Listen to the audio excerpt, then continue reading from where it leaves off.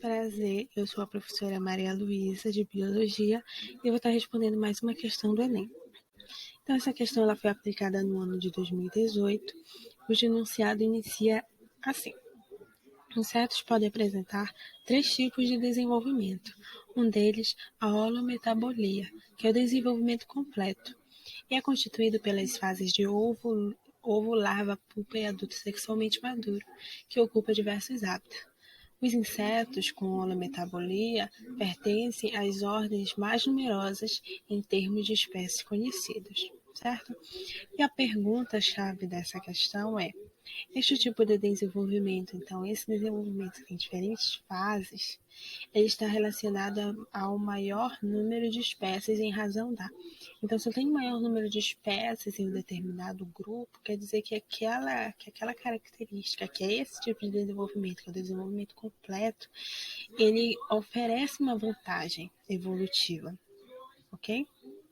Por que essa vantagem evolutiva? A alternativa correta é a alternativa C, que vai dizer o seguinte, que a exploração de diferentes nichos, evitando a competição entre as fases da vida. Por que essa alternativa está correta?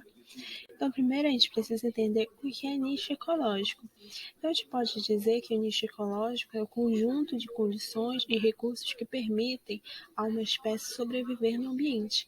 Então, é tudo aquilo, desde do tipo de alimentação, se é uma ave, e é uma ave que tem algum tipo de relação com uma planta em específico, até em que tipo, qual a altura do dorsal, qual a altura da árvore ela está associada. Então, tudo isso vai estar relacionado ao nicho ecológico. Então, o nicho ecológico vai envolver temperatura, cobertura vegetal, solo, alimentação, nidificação, no caso por exemplo, das aves, onde é que elas vão fazer os ninhos dela. Então, todas as condições, sejam elas ótimas, ou seja, aquelas condições que são ideais para o desenvolvimento, para o crescimento, para a sobrevivência e reprodução das espécies, ou aquela que é o nicho realizado, que é o nicho que elas conseguem ocupar, mas elas não conseguem ter todo aquele sucesso esperado. Mas também é o nicho. Mas o que acontece? Pode haver sobreposição de nicho. Então, aqui nesse caso, eu vou ter a espécie 1 e a espécie 2.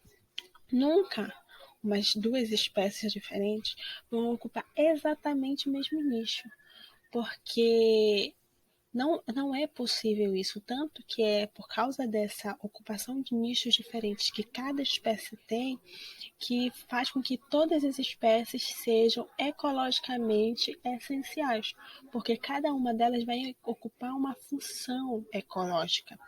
Só que, independente de cada um ter a sua função ecológica, ocorre de haver sobreposições, seja ela de ambiente onde elas estão morando, então aquela região ser uma espécie territorialista, ou seja, algum outro tipo de recurso, como alimentar, de duas espécies que se alimentam da mesma presa, por exemplo. Então, isso pode gerar algumas relações ecológicas, como no caso da competição. Só que a competição, por ser preposição de nicho, ela não vai acontecer somente entre espécies diferentes. Ela também vai acontecer por indivíduos da mesma espécie.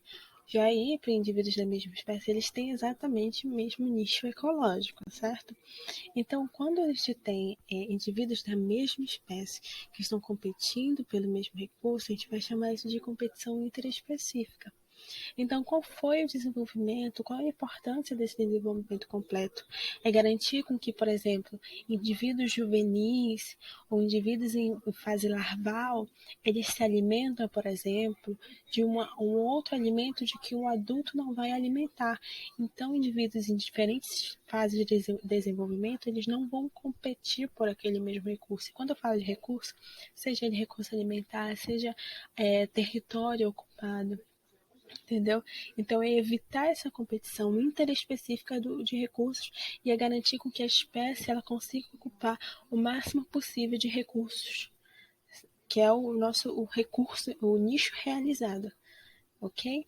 Então, essa é a importância desse tipo de desenvolvimento, de ter diferentes fases de desenvolvimento. Então, nesse exemplo aqui, eu tenho a larva, que a larva ela vai estar se alimentando principalmente de folha, a larvinha da borboleta. Já no adulto, não, ele já vai ter um outro tipo de alimentação e isso vai evitar a competição interespecífica, certo? Que aí competição de indivíduos da mesma espécie, certo?